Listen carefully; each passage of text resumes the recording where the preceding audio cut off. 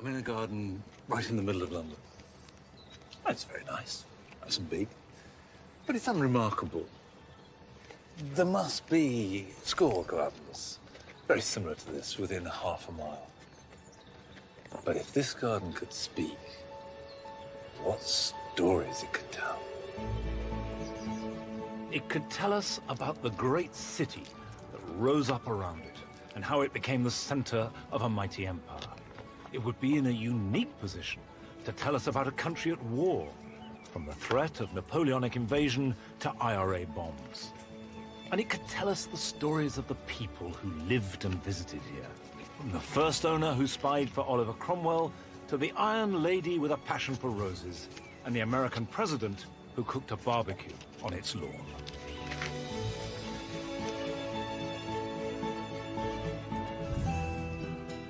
I believe that gardens are every bit as important as the buildings we live and work in.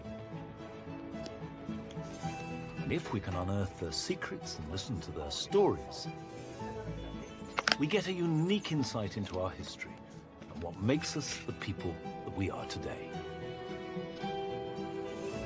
In this series, I will show not just how gardening has changed over the last 4 centuries, but discover why these changes have occurred and who has driven them. And there she is. He's an artist, I guess. Yeah. Although he bet he never saw himself like that. In this episode, I shall be exploring the gardens of the 17th century. This is grand, isn't it? I shall be working with tools of the period to discover just how gardens of the 1600s were maintained. I'll be getting 400-year-old inside information. This is showing you how to lay out your string lines, and then you build it up and build it up. And a long-lost garden will reveal the secret symbols of our forebears' religious beliefs. Am I reading this right? That what we're looking at is a labyrinth.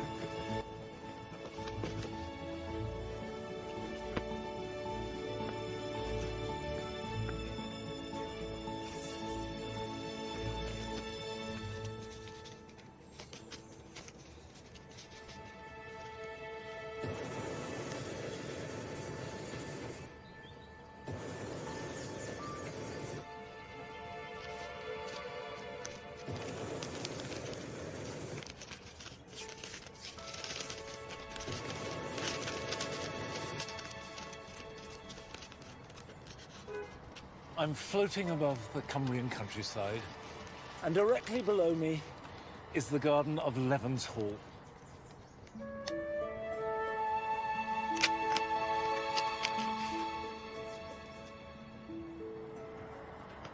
And Levens Hall is the only surviving garden from the 17th century. There are other gardens from the 1600s that have been restored, but none which have endured unchanged since they were first made.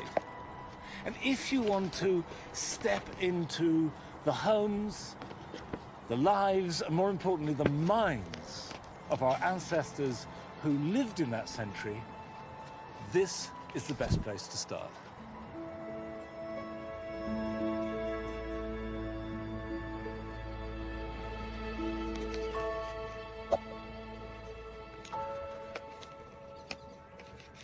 Levens Hall was first laid out in 1692, the end of a century marked by great changes and upheavals, as well as advances and achievements, all of which transformed the country's gardens.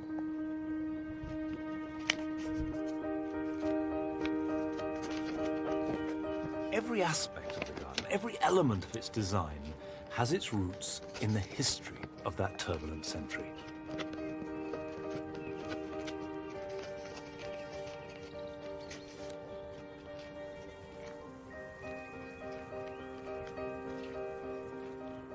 Over the past 300 years, it has matured and evolved in a way that its makers could never have envisaged.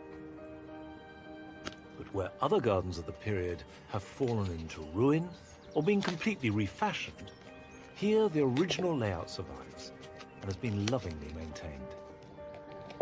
Levens owes its longevity to the continuity of 11 generations of the same family that have looked after it. And for the past 39 years, the custodians of this extraordinary garden have been Hal and Susie Baggott. This is a portrait of Colonel James Graham, who was privy purse to James II, so he was very prominent in the Stuart court. He looked after the finances of the king. It's a powerful position. Oh, very Big powerful. position. Right. And he bought this house, did he? Oh, yes. And has it been bought and sold since then? No, that's the only time it's ever changed hands. And who did he get to make the garden for him? When he brought in Beaumont, Guillaume Beaumont, French gardener, who had worked for King James. Plans drawn up 50 years after the garden had been completed give us a sense of what Beaumont's original vision for Levens Hall may have looked like 300 years ago. I just love the little figures. I mean, look at these two rather grand ladies standing at the front door.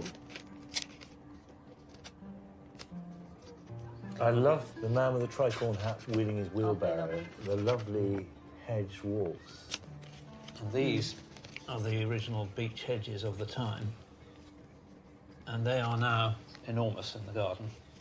The main topiary area is there. And of course, the wilderness, you see, Yes. would have been laid out very formally then. Bowling green's still there, but not actually bowls now. Croquet. What's interesting about this is it shows the layout, but it doesn't give much indication, for example, here, of what these were. So actually, the more you look at it, the harder it is to read. Yeah. Although the general picture is wonderful and sort of laid out and exact. Interesting. Very.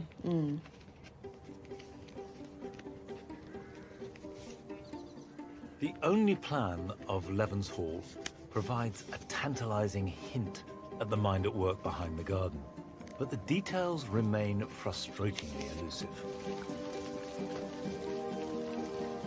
I will be returning to Levens, but to understand what inspired and influenced those plans, I need to delve much further back, to the very beginning of the century. I'm on my way to visit a building that I've never seen before, but I've read an awful lot about. And I know that it was never finished. And apparently, there's no garden attached. But within the structure that is there are clues. And if you can break the code, then the garden reveals itself in fascinating detail.